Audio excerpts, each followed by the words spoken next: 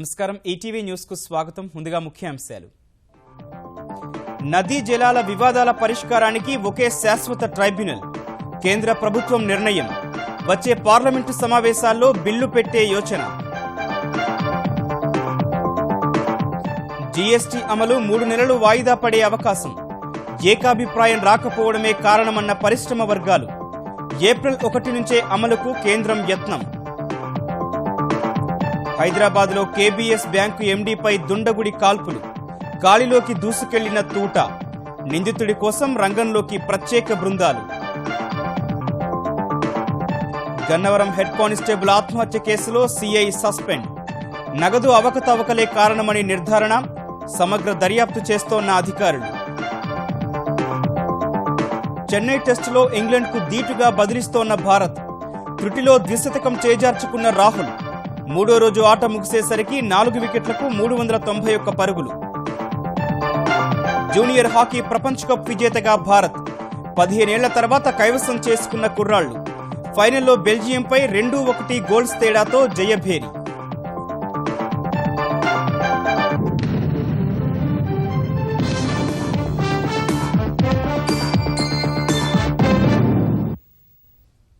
అంతర్రాష్ట్ర నదీ జలాల పరిష్కారం కోసం కేంద్రం కీలక నిర్ణయం తీసుకుంది. వివిధ రాష్ట్రాల మధ్య ఉన్న నదీ జల వివాదాల పరిష్కారానికి ఒకే శాశ్వత ట్రైబ్యునల్ను ఏర్పాటు చేయాలని నిర్ణయించింది. ఇప్పటి వరకు వివిధ నదీ జలాల వివాదానికి వేర్వేరు ట్రైబ్యునళ్లు ఉండగా ఇకపై ఒకే ట్రైబ్యునల్ ఉండాలని ప్రభుత్వం భావిస్తోంది. ఏళ్ల తరబడి నలుగుతోన్న వివాదాలను త్వరగా పరిష్కరించేందుకు శాశ్వత ట్రైబ్యునల్ ఉపకరిస్తుందని కేంద్రం యోచిస్తోంది. అంతర్రాష్ట్ర జల వివాదాల చట్టం 1956కు సవరణలు చేసి సమస్య పరిష్కారానికి కొన్ని ధర్మాసనాలను ఏర్పాటు చేయాలని ప్రతిపాదించింది. ఈ చట్టానికి సవరణ చేయాలన్న ప్రతిపాదనకు ఈ వారం జరిగిన సమావేశంలో కేంద్ర మంత్రివర్గం ఆమోదం తెలిపింది. సవరణ బిల్లును వచ్చే పార్లమెంటు సమావేశాల్లో ప్రవేశపెట్టే అవకాశం ఉంది. ట్రైబ్యునల్కు సుప్రీంకోర్టు విశ్రాంత న్యాయమూర్తి చైర్మన్గా వ్యవహరిస్తారు. ప్రస్తుతం దేశవ్యాప్తంగా 8 ట్రైబ్యునళ్లు ఉన్నాయి. కావేరీ, మహాదయి, రావి, బియాస్, వంశధార, కృష్ణానదుల ట్రైబ్యునళ్లు ఆయా నదీ పరివాహక రాష్ట్రాల మధ్య వివాదాలను పరిష్కరిస్తున్నాయి. వస్తుసేవల పన్ను జీఎస్టీ అమలు నిర్దేశించుకున్న లక్ష్యం కంటే కాస్త ఆలస్యమయ్యే సూచనలు కనిపిస్తున్నాయి. వచ్చే ఏడాది జూలై 1 నుంచి జీఎస్టీ అమల్లోకి వచ్చే అవకాశం ఉందని పారిశ్రామిక వర్గాలు అంచనా వేస్తున్నాయి. ఏప్రిల్ 1 నుంచే అమలు చేయాలని కేంద్రం భావిస్తున్న పన్ను చెల్లింపుదారులపై ద్వంద్వ నియంత్రణ, పన్ను పరిధిలో ఉండాల్సిన వస్తువులు, సీజీఎస్టీ, ఐజీఎస్టీ చట్టాలపై జీఎస్టీ మండలిలో ఏకాభిప్రాయం కుదరడం లేదు. ఈ నేపథ్యంలో ఏప్రిల్ 1 నుంచి జీఎస్టీ అమలు కష్టసాధ్యమనే అభిప్రాయం వినిపిస్తోంది. సీజీఎస్టీ, ఐజీఎస్టీ చట్టాలను పార్లమెంటు బడ్జెట్ సమావేశాల్లో ఆమోదించాల్సి ఉంది. తర్వాత రాష్ట్రాలు ఎస్జీఎస్టీని అసెంబ్లీలో ఆమోదించాల్సి ఉంటుంది.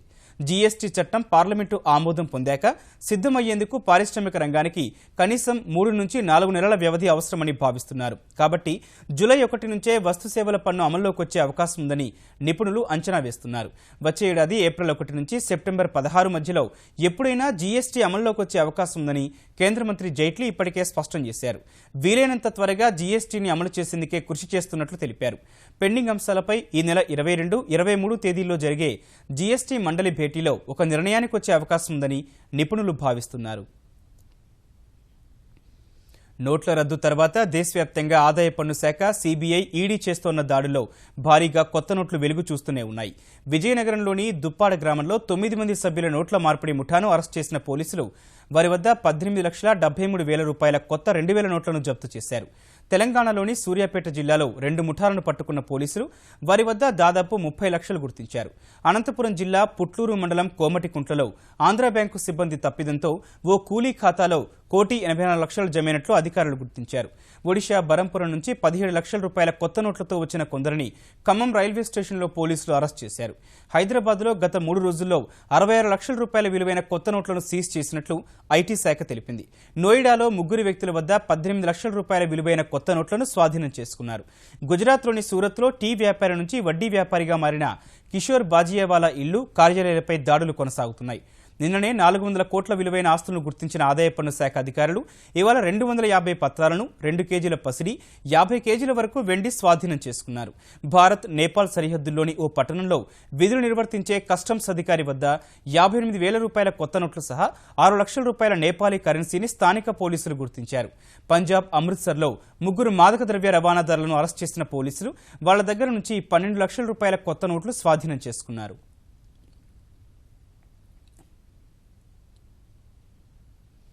నోట్ల రద్దుతో ప్రజలు ఎదుర్కొంటున్న తాత్కాలిక ఇబ్బందులను తమ రాజకీయ ఉనికిని కాపాడుకోవడం కోసం విపక్షాలు ఉపయోగించుకోవడం దారుణమని కేంద్ర పట్టణాభివృద్ధి మంత్రి వెంకయ్యనాయుడు విమర్శించారు. నిరాధారమైన ఆరోపణలతో పార్లమెంటు శీతాకాల సమావేశాలను తుడిచిపెట్టుకుపోయేలా చేశాయని ఆయన ఆరోపించారు. నోట్ల రద్దు పేరుతో దేశంలో ధర్మయుద్ధం జరుగుతోందన్న ఆయన ఆ ఫలితాలు తదుపరి బడ్జెట్లో ప్రతిఫలిస్తాయన్నారు. అనవసరపు పుకార్లు సృష్టిస్తూ ప్రజలను భయాందోళనకు గురిచేసే పనులను ప్రతిపక్షాలు మానుకోవాలని వెంకయ్య హితవు పలికారు. గవర్నమెంట్ కానీ అవినీతిని కాపాడుతూ ఉంటే ప్రతిపక్షం ఆందోళన చేయడం అర్థం ఉంది. గవర్నమెంట్ నేను అవినీతి పరుల సంగతి బయట భర్తం పెడతాను, నల్లధనాన్ని వెనక్కి తీస్తాను, దీనివల్ల ఫలాని చర్యలు తీసుకున్నానని చెప్తే దానికి వ్యతిరేకంగా ఆఖరి రోజు వరకు పార్లమెంట్ జరగనీయకుండా 20 రోజులు పార్లమెంట్ సమావేశాలు మొత్తం అంతా వృధా చేసిన రికార్డు కాంగ్రెస్ పార్టీకి, కమ్యూనిస్ట్ పార్టీకి, దాని మిత్రులకి ఇవాళ దొరుకుతుంది. దేశ ప్రజాస్వామ్య చరిత్రలో ఒక దురదృష్టకరమైన అధ్యాయంగా దీన్ని పేర్కోవచ్చు. రాజకీయ పార్టీలకు 2,000 లేదా అంతకు మించి వచ్చే విరాళాల వివరాలు తెలిపేలా ప్రజా ప్రాతినిధ్య చట్టం 1951లో సవరణలు చేయాలని భారత ఎన్నికల సంఘం కేంద్రాన్ని కోరింది. అప్పుడు మాత్రమే ఎన్నికల్లో నల్లధన ప్రవాహాన్ని అడ్డుకోగలమని పేర్కొంది. రాజకీయ పార్టీలకు వచ్చే గుప్త విరాళాలను తెలియచేయాలన్న నిబంధనేది రాజ్యాంగంలో లేదు. ప్రజా ప్రాతినిధ్య చట్టంలోని సెక్షన్ 23(c)లోని నిబంధనల మేరకు 20,000కు మించి వచ్చే విరాళాల గురించి తెలియచేయాల్సి ఉంటుంది. అంతేకాకుండా ఏ పార్టీలైతే ఎన్నికల్లో పోటీ చేసి లోక్సభ లేదా శాసనసభలకు సభ్యుల్ని పంపుతాయో ఆ పార్టీలకు మాత్రమే ఆదాయ పన్ను పరిమితి నుంచి వెసులుబాట్లు కల్పించాలని సూచించింది. ఆదాయ పన్ను చట్టం 1961లోని సెక్షన్ 13(a) ప్రకారం జీతాల రూపంలో వచ్చిన వాటికి పారిశ్రామికవేత్తలు ఇచ్చిన వితరణలకు మాత్రమే పన్ను చెల్లించాల్సి ఉండగా స్వతహాగా ఇచ్చే విరాళాలకు, భవనాల ద్వారా సమకూరే ఆదాయం లేదా ఇతర మార్గాల్లో వచ్చే నగదుకి రాజకీయ పార్టీలు పన్ను చెల్లించక్కర్లేదు. పోలవరం ప్రాజెక్టు కాంక్రీటు పనులు ఈ నెలాఖరులోగా ప్రారంభిస్తామని ఆంధ్రప్రదేశ్ జలవనరుల శాఖ మంత్రి దేవినేని ఉమామహేశ్వరరావు రాజమహేంద్రవరంలో చెప్పారు. ప్రారంభోత్సవ కార్యక్రమానికి ఆంధ్రప్రదేశ్ నలుమూలల నుంచి రైతులు, కేంద్ర జలవనరుల శాఖ మంత్రి ఉమాభారతి సహా పలువురు కేంద్ర మంత్రులు హాజరవుతారని తెలిపారు. పోలవరం నిర్మాణ పనులు వేగంగా జరుగుతున్నాయన్న మంత్రి ప్రాజెక్టు ప్రాంతాన్ని పర్యాటకంగా అభివృద్ధి చేస్తామని వివరించారు. పోలవరం డ్యాం నిర్మాణం ఎంత ప్రాముఖ్యతో నిర్వాసితులకి అంతకన్నా డబుల్ ప్రాధాన్యత ఇస్తున్నాం. 50 లక్షల క్యూసిక్ల ఫ్లడ్ రాబోయే ప్రాజెక్టు పోలవరం ప్రాజెక్ట్ కాబట్టి అందుకు తగిన జాగ్రత్తలు తీసుకొని రేపు రాబోయే తరాలు కొన్ని వేల సంవత్సరాలు ఈ డ్యామ్ సైటు దేశ చరిత్రలో అత్యంత ప్రాధాన్యత గల బహుళార్థ సాధక ప్రాజెక్ట్ ఇది. అధికారంలోకి వచ్చి 2.5 ఏళ్లైన వేళ తన పాలనాంశాలను శీతాకాల సమావేశాల్లో ప్రతిబింబించేలా తెరాస సర్కారు ప్రణాళికలు అమలు చేస్తోంది. తెలంగాణ ప్రభుత్వ పథకాలు, కార్యక్రమాలు, విధానాలను అసెంబ్లీ వేదికగా వివరించేందుకు ప్రయత్నిస్తోంది. తెలంగాణ శాసనసభ శీతాకాల సమావేశాలను పూర్తిస్థాయిలో సద్వినియోగం చేసుకునేలా అధికార తెరాస ప్రణాళికలు సిద్ధం చేసింది. ఇందుకు అనుసరించాల్సిన వ్యూహాన్ని ఖరారు చేసేందుకు ఉప ముఖ్యమంత్రి కడియం శ్రీహరి నేతృత్వంలో ప్రత్యేక బృందాన్ని ఏర్పాటు చేసింది. తెరాస ప్రభుత్వం కొలువుతీరి 2.5 ఏళ్లు గడిచింది. ఈ కాలంలో కేసీఆర్ నేతృత్వంలో ప్రభుత్వం అమలు చేసిన అభివృద్ధి, సంక్షేమ కార్యక్రమాలను కూలంకషంగా వివరించేందుకు అసెంబ్లీ శీతాకాల సమావేశాలను వేదికగా చేసుకుని పూర్తిస్థాయి చర్చ జరిగేలా చూడాలని వ్యూహ బృందం నిర్ణయించింది. విపక్షాలు లేవనెత్తే అంశాలను కూడా అనుకూలంగా మార్చుకొని తెలంగాణ ప్రభుత్వ విధానాలను వివరించేలా చర్యలు తీసుకుంటోంది. అందుకు అనుగుణంగా రాష్ట్ర ఆవిర్భావం మొదలుకొని విద్యుత్ సమస్యలు అధిగమించిన తీరును, భవిష్యత్తు ప్రణాళికలను కేసీఆర్ సర్కారు వివరించింది. రేపు సభలో నయీం అంశంతో పాటు శాంతి భద్రతలపై చర్చ జరగనుంది. తెలంగాణ సర్కారు తెచ్చిన పారిశ్రామిక విధానం, టీఎస్ ఐపాస్ ఫలితాలు, వచ్చిన పెట్టుబడులు, సరళతర వాణిజ్య విభాగంలో మొదటి స్థానం వంటి అంశాలపై మండలిలో చర్చ జరగనుంది. గొలుసుకట్టు చెరువుల వ్యవస్థను పునరుద్ధరించేందుకు ప్రతిష్టాత్మకంగా చేపట్టిన మిషన్ కాకతీయపై శాసనసభలో స్వల్పకాలిక చర్చ జరగాలని ఇప్పటికే నిర్ణయించారు. అలాగే నీటిపారుదల ప్రాజెక్టులు, మిషన్ భగీరథ, గురుకులాల ఏర్పాటు, హరితహారం, గోదాములు ఇలా వివిధ అంశాలపై శీతాకాల సమావేశాల్లో చర్చించాలని నిర్ణయించారు. హైదరాబాద్లో మరోసారి కాల్పులు కలకలం రేగింది. మాసఫ్ ట్యాంక్ సమీపంలో శ్రీదుర్గ కనుమళ్లి బహుళ అంతస్తుల భవనంలో నివాసం ఉంటున్న కేబీఎస్ బ్యాంక్ సీఈఓ మన్మథ దాలియాపై ఆయన ఇంటిలోనే ఓ దుండగుడు 2 రౌండ్లు కాల్పులకు తెగబడ్డాడు. ఒక తూట మన్మథ కాలికి తగిలింది. మధ్యాహ్నం 12:30 ప్రాంతంలో కాల్పులు జరిపిన ఆగంతకుడు వెంటనే అక్కడి నుంచి పరారయ్యాడు. చేతిలో తుపాకీ ఉండటంతో అతన్ని ఆపే ప్రయత్నం ఎవరూ చేయలేకపోయారు. దుండగుడి కోసం పోలీసులు ప్రత్యేక బృందాలను ఏర్పాటు చేసి గాలింపు చేపట్టారు. ప్రస్తుతం మన్మథ ఆసుపత్రిలో కోలుకుంటున్నారు. కాల్పులకు ముందు కొద్దిసేపు మన్మథకు దుండగుడికి మధ్య సంభాషణ జరిగినట్లు సమాచారం. ఈ నేరం చేయడానికి గల ముఖ్యమైనటువంటి కారణాలు ఏంటి? ఇది రాబరీయా లేక వేరే డిస్ప్యూట్స్ ఏమైనా ఉన్నాయా? ఇది బ్యాంకింగ్ ఆపరేషన్స్కి సంబంధించింది ఏదైనా ఉందా? లేక బ్యాంక్ ఎంప్లాయీస్కి సంబంధించిన వారు ఎవరైనా చేశారా? ఏ కారణాల చేత వచ్చారు? ఇది ఎందుకు చేయాల్సి వచ్చింది అనేది అన్ని కోణాల నుంచి కూడా దీన్ని ఇన్వెస్టిగేషన్ చేయడం జరుగుతున్నది. నిందితులకు విధించే జరిమానాలో వివిధ కేసుల్లో జప్తు చేసిన నగదు న్యాయస్థానంలో అప్పగించే విషయంలో అవకతవకలే Gannavaram police station head constable David Raju ఆత్మహత్యకు కారణమని ప్రాథమికంగా తేలింది. డేవిడ్ రాజు నిర్వహణలో 10 లక్షల పైగా నగదు సహా బంగారం ఉండేదని, వాటిలో అవకతవకలు జరిగాయని దర్యాప్తులో గుర్తించారు. ఈ వ్యవహారంపై కొద్ది రోజులుగా స్టేషన్లో వివాదం నడుస్తున్నట్లు తెలిసింది. నిన్న ఉదయం డేవిడ్ రాజును సీఐ అహ్మద్ అలీ నగదు విషయంలో అవమానించేలా మాట్లాడినట్లు తెలిసింది. మనస్తాపానికి గురైన హెడ్ కానిస్టేబుల్ స్టేషన్లో పిస్తోల్ తీసుకుని పురుషోత్తమపట్నం వద్ద ఆత్మహత్యకు పాల్పడినట్లు తేల్చారు. స్టేషన్లో అవకతవకలకు సీఐ నిర్లక్ష్యమే కారణమని ప్రాథమికంగా నిర్ణయించి సస్పెన్షన్ వేటు వేశారు. ఏ మేరకు అవకతవకలు జరిగాయో ఉన్నతాధికారులు దర్యాప్తు చేస్తున్నారు. మానవత్వానికే మచ్చ తెచ్చే ఘటన మహబూబ్నగర్ జిల్లాలో చోటు చేసుకుంది. హైదరాబాద్ బెంగళూరు జాతీయ రహదారిపై అడ్డాకుల మండల కేంద్రంలో ద్విచక్ర వాహనంపై వెళ్తున్న దంపతులు సిద్దిలింగం, మహేశ్వరమ్మను కారు ఢీకొట్టింది. భర్తకు తీవ్ర గాయాలు కాగా భార్య మృతి చెంది ఎగిరి కారుపై పడింది. అయినా కారు డ్రైవర్ ఆగకుండా 2 కిలోమీటర్లు వెళ్లిపోయాడు. పైన మృతదేహాన్ని చూసిన వెల్టూరు గ్రామస్తులు కారును అడ్డగించారు. మహిళ మృతదేహాన్ని కిందకు దింపుతుండగానే కారు నడిపిన వ్యక్తి పరారయ్యాడు. ప్రమాదానికి గురైన దంపతులు మూసాపేట మండలం గాజులపేట వాసులుగా పోలీసులు గుర్తించారు. తీవ్రంగా గాయపడిన సిద్దిలింగంను చికిత్స కోసం మహబూబ్నగర్ తరలించారు. నెలన్నర క్రితం జడ్చర్ల వద్ద ఇలాంటి ఘటనే చోటు చేసుకుంది. కాపుల ఆకలి తీరుస్తామని హామీ ఇచ్చి 2.5 ఏళ్లు గడుస్తున్నా నెరవేర్చినందునే నిరసన కార్యక్రమాలు చేపడుతున్నామని మాజీ మంత్రి ముద్రగడ పద్మనాభం అన్నారు. పశ్చిమ గోదావరి జిల్లా తాడేపల్లిగూడెంలో కాపుల ఆకలి కేకల పేరుతో నిర్వహించిన నిరసన కార్యక్రమంలో ఆయన పాల్గొన్నారు. ఇకనైనా తమ డిమాండ్లు ముఖ్యమంత్రి చంద్రబాబు పరిష్కరించాలని ముద్రగడ కోరారు. చప్పుడు చేసి వెళ్ళిపోయే జాతి కాదు, సాధన కోసం ఎంతకైనా తెగించే జాతి అని రుజువు చేయాలంటే మన పెద్దలు ఇచ్చిన పిలుపు మేరకు ఏ నిరసన కార్యక్రమం చేపట్టుకున్నా ప్రశాంత వాతావరణంలో గాంధీ మార్గంలో మన నిరసన కార్యక్రమాలు తీసుకోవాల్సిన అవసరం ఉంది. కాపులను బీసీలో చేర్చాలన్న సంకల్పంతో ముఖ్యమంత్రి చంద్రబాబు కృషి చేస్తున్న ముద్రగడ పద్మనాభం కావాలని రాద్ధాంతం చేస్తున్నారని ఆంధ్రప్రదేశ్ హోంమంత్రి నిమ్మకాయల చినరాజప్ప ఆగ్రహం వ్యక్తం చేశారు. తూర్పుగోదావరి జిల్లా తునిలో వివిధ కార్యక్రమాల్లో పాల్గొన్న ఆయన కాపులను బీసీలో చేర్చేందుకు తెలుగుదేశం ప్రభుత్వం సిద్ధంగా ఉందని, కమిషన్ వేసినా కావాలని ఆందోళనలు చేస్తున్నారని మండిపడ్డారు. ముద్రగడ పద్మనాభం గారికి అయితే అది ఇష్టం లేదు. ఎందుకంటే చంద్రబాబు నాయుడు ధరగా చేయకూడదు, ఈ కార్యక్రమం ఇలాగే ఉండాలని చెప్పి సంకల్పంతో ఇలా పనిచేస్తున్నాడు. మేము ఎంత చెప్పినా అతని కార్యక్రమం అర్థం చేస్తున్నాడు. తుల్లో సభ పెట్టాడు, రైల్వే దగ్గర పెట్టాడు, పోలీస్ స్టేషన్ దగ్గర పెట్టాడు, అనేక కార్యక్రమాలు చేశాడు. మళ్ళీ పాదయాత్ర చేస్తున్నాడు. పాదయాత్ర చేసుకో, మాకు అభ్యంతరం లేదు. పర్మిషన్ పెట్టుకోమని చెప్తే పర్మిషన్ కూడా పెట్టుకోలేదు. సంవత్సరం పట్టుకుని ఇలా నిరసన చేస్తాం. ఎలా జరుగుతుంది ఏంటో మేము కూడా పరిశీలించాం. ఎక్కడ స్పందన లేదు. ఇవాళ 10 మంది కూడా రాని పరిస్థితి ఇవాళ. ఎందుకంటే ఆయన నమ్మట్లేదు. ఇవాళ ప్రజలు డబ్బు సంపాదించేందుకు ఇస్తున్న ప్రాధాన్యత తమ ఆరోగ్యానికి ఇవ్వకపోవడం బాధాకరమని కేంద్ర మంత్రి వెంకయ్యనాయుడు వ్యాఖ్యానించారు. కృష్ణా జిల్లా ఆత్కూరులో స్వర్ణభారత్ ట్రస్ట్ ఆధ్వర్యంలో ఏర్పాటు చేసిన మెగా హెల్త్ క్యాంప్లో ఆంధ్రప్రదేశ్ వైద్యారోగ్య శాఖ మంత్రి కామినేని శ్రీనివాస్తో కలిసి పాల్గొన్న ఆయన చిన్నారుల్లో వివిధ కారణాలతో గుండె జబ్బులు తలెత్తుతున్నాయన్నారు. ఆర్థిక ఇబ్బందుల కారణంగా కొందరు తమ పిల్లలకు సరైన వైద్యం అందించడం లేదన్నారు. అలాంటి వారిని ఆదుకునేందుకే స్వర్ణభారత్ ట్రస్టు ప్రతి సంవత్సరం ఆరోగ్య క్యాంపులు ఏర్పాటు చేస్తోందని వెంకయ్య గుర్తు చేశారు. మిషన్ ఇంద్రధనుష్ అనే కార్యక్రమాన్ని కేంద్ర ప్రభుత్వం మొదలుపెట్టింది. 7 రంగులు అయితే ఉన్నాయో 89 లక్షల మంది పిల్లలకు వ్యాక్సినేషన్ వాళ్ళకి ఇచ్చి ఈ మధ్యకాలంలో ఆ కార్యక్రమం కింద చేపట్టడం జరిగింది. India new Born action plan అనే కొత్తదాన్ని కూడా ఈ ప్రభుత్వం వచ్చిన తర్వాత ప్రారంభించింది. ఏవైతే నివారించదగిన జబ్బులు అయితే ఉన్నాయో చిన్నపిల్లలకి వాళ్ళు చనిపోకుండా చిన్నప్పుడే వాళ్ళకి కావాల్సిన నివారణ చర్యలు తీసుకునే ప్రయత్నం అంతా కూడా చేస్తూ ఉన్నారు. ఇవన్నీ కూడా దృష్టిలో పెట్టుకుని మన రాబోయే రోజుల్లో మరింత వైద్య పైన ఖర్చు పెట్టాల్సి ఉంది. ఆంధ్రప్రదేశ్కు ప్రత్యేక హోదా విషయంలో ఇచ్చిన హామీని భాజపా విస్మరించిందని సినీ నటుడు జనసేన అధినేత పవన్ కళ్యాణ్ ఆరోపించారు. కేంద్రం ప్రకటించిన ప్యాకేజీలో ప్రత్యేక అన్న పదం తప్ప మరేమీ లేదని ఎద్దేవా చేశారు.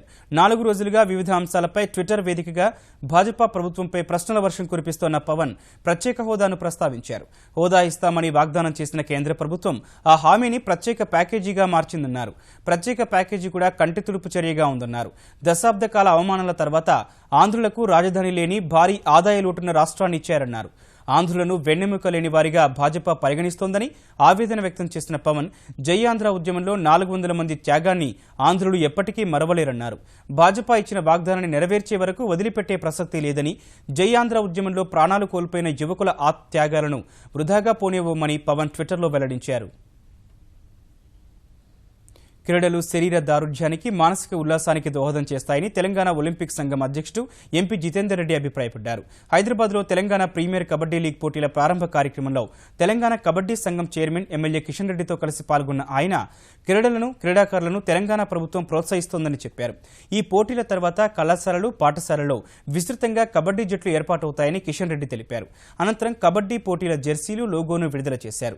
8 జట్లు పాల్గొనే తెలంగాణ ప్రీమియర్ కబడ్డీ పోటీలు జనవరి 7 నుంచి ఫిబ్రవరి 21 వరకు వరంగల్, కరీంనగర్లో జరగనున్నాయి. స్పోర్ట్స్కి ఒక పెద్ద పీట తెలంగాణ గవర్నమెంట్ కూడా కేసీఆర్ గారి నాయకత్వంలో కూడా జరుగుతుంది. సెంటర్లో కూడా చాలా మంచిగా ప్రోత్సాహం మనకు స్పోర్ట్స్ అన్నిటి కూడా జరుగుతున్నది. సెంటర్లో స్కీమ్స్ ఉన్నాయి. Every district should have a indoor stadium and as well and outdoor stadium. But ఇప్పుడు మనకు జరిగిన 31 జిల్లాలు ఏవైతున్నాయో ఆ జిల్లాలలో కూడా మనకు ఆ ఇన్సెంటివ్స్ మనం తీసుకొని see that every district should have an indoor stadium and as well as a main stadium.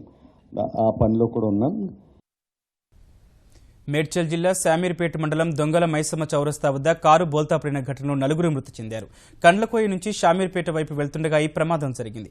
అతివేగంగా నడపడంతో బాహ్య వలయ రహదారి పక్కన కారు బోల్తా పడి నుజ్జునుజ్జైంది. కారులో ఉన్న 4 అక్కడికక్కడే మృతి చెందారు. ప్రమాద తీవ్రతకు మృతదేహాలు చెల్లాచెదురుగా పడిపోయాయి. ప్రకాశం జిల్లా కొత్తపట్నం మండలం కే పల్లెపాలెం గ్రామాన్ని 100% నగదు రహిత గ్రామంగా ఇన్ఛార్జ్ కలెక్టర్ హరి జవహర్ లాల్ ప్రకటించారు. 12 రోజులుగా గ్రామస్తులు చైతన్యం కలిగించి నగదు రహిత లావాదేవీల దిశగా వారిని సిద్ధం చేసిన సిండికేట్ బ్యాంక్ అధికారులను అభినందించారు. ప్రతి ఒక్కరికి రూపే కార్డులు అందేలా చొరవ తీసుకున్న బ్యాంకు సిబ్బందిని ప్రశంసించారు. చాలా మత్స్యకారులటువంటి గ్రామం.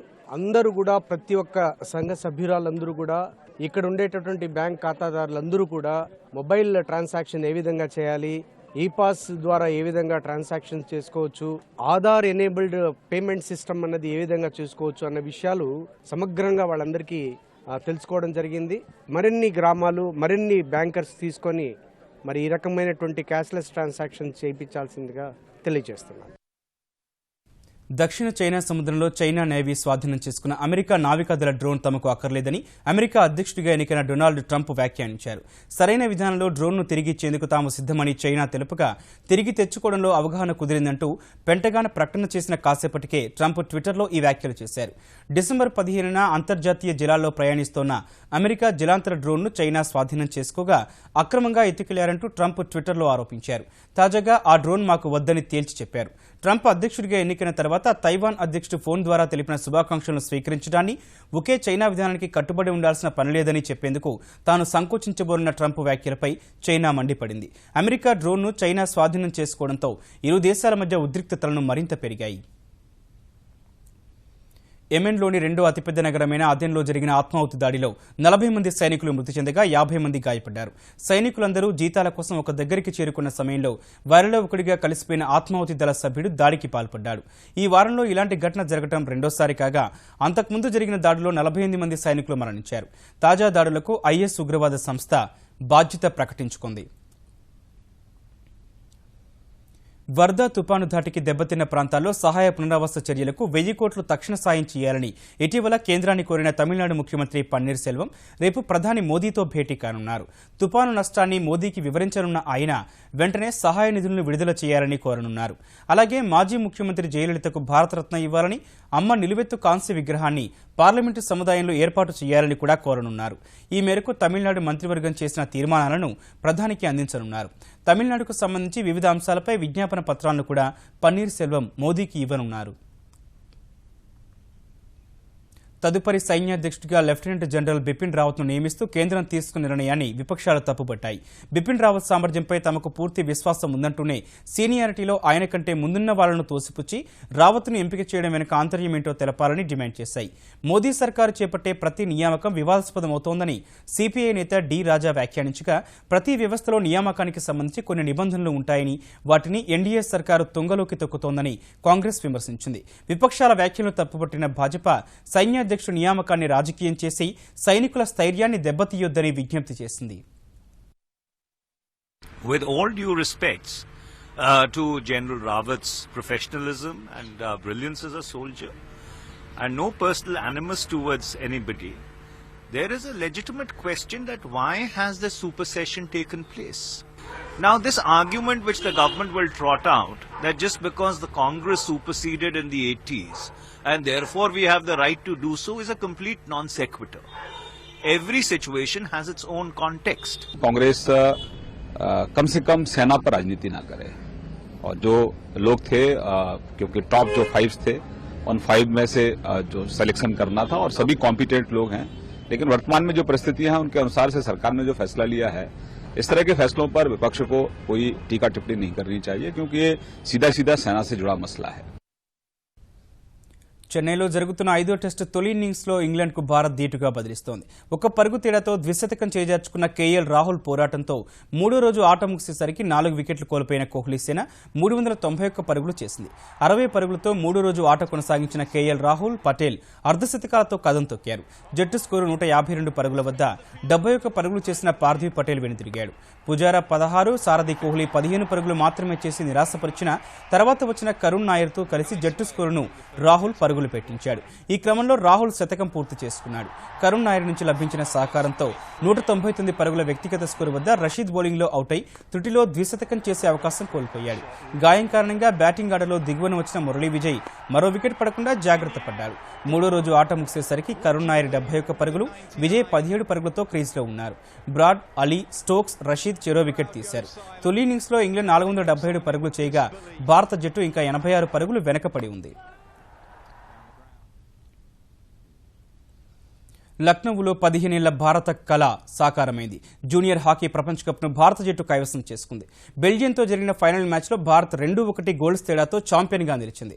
మ్యాచ్ ఆరంభం నుంచి దూకుడుగా ఆడిన భారత జట్టు తొలి అర్ధభాగంలోనే తన 2 గోల్స్ను సాధించింది. 8వ నిమిషంలో గుర్జంత్ సింగ్, 22వ నిమిషంలో సిమ్రన్జీత్ సింగ్ గోల్ చేశారు. ఆ తర్వాత ప్రత్యర్థి జట్టు ఒక్క గోల్ చేయకుండా భారత యువ జట్టు కట్టడి చేసింది. మ్యాచ్ ముగుస్తున్న సమయంలో 70వ నిమిషంలో బెల్జియం ఒక గోల్ చేయగలిగింది. తొలిసారి 2001లో ప్రపంచ కప్ గెలిచిన భారత్ అండర్-21 జట్టు 15 ఏళ్ల విరామం తర్వాత మళ్లీ ఆ టైటిల్ను కైవసం చేసుకుంది. ప్రపంచ కప్ చరిత్రలో ఆతిథ్య జట్టు టైటిల్ గెలవడం ఇదే తొలిసారి. భారత్ ఫైనల్కు ప్రవేశించడంతో భారీ ఆశలు పెట్టుకున్న హాకీ అభిమానులు స్టేడియంకు పోటెత్తారు. స్టేడియం పూర్తిగా నిండిపోయిందని నిర్వాహకులు తెలిపారు. ఛాంపియన్షిప్ కైవసం చేసుకోగానే మైదానంలో క్రీడాకారులు, స్టేడియంలో ప్రేక్షకులు ఆనందంతో నృత్యాలు చేశారు.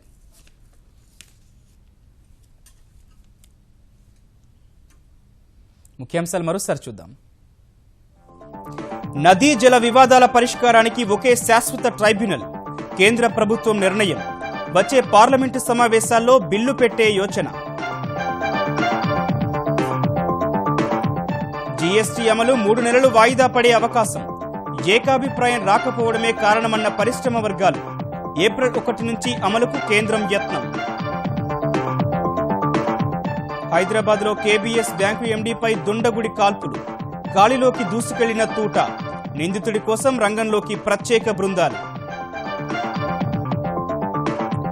గన్నవరం హెడ్ కానిస్టేబుల్ ఆత్మహత్య కేసులో సీఐ సస్పెండ్. నగదు అవకతవకలే కారణమని నిర్ధారణ. సమగ్ర దర్యాప్తు చేస్తోన్న అధికారులు. చెన్నై టెస్టులో ఇంగ్లాండ్కు ధీటుగా బదిలిస్తోన్న భారత్. త్రుటిలో ద్విశతకం చేజార్చుకున్న రాహుల్. మూడో రోజు ఆట ముగిసేసరికి 4 వికెట్లకు 391 పరుగులు. జూనియర్ హాకీ ప్రపంచ కప్ విజేతగా భారత్. 15 ఏళ్ల తర్వాత కైవసం చేసుకున్న కుర్రాళ్లు. ఫైనల్లో బెల్జియంపై 2-1 గోల్స్ తేడాతో జయభేరి.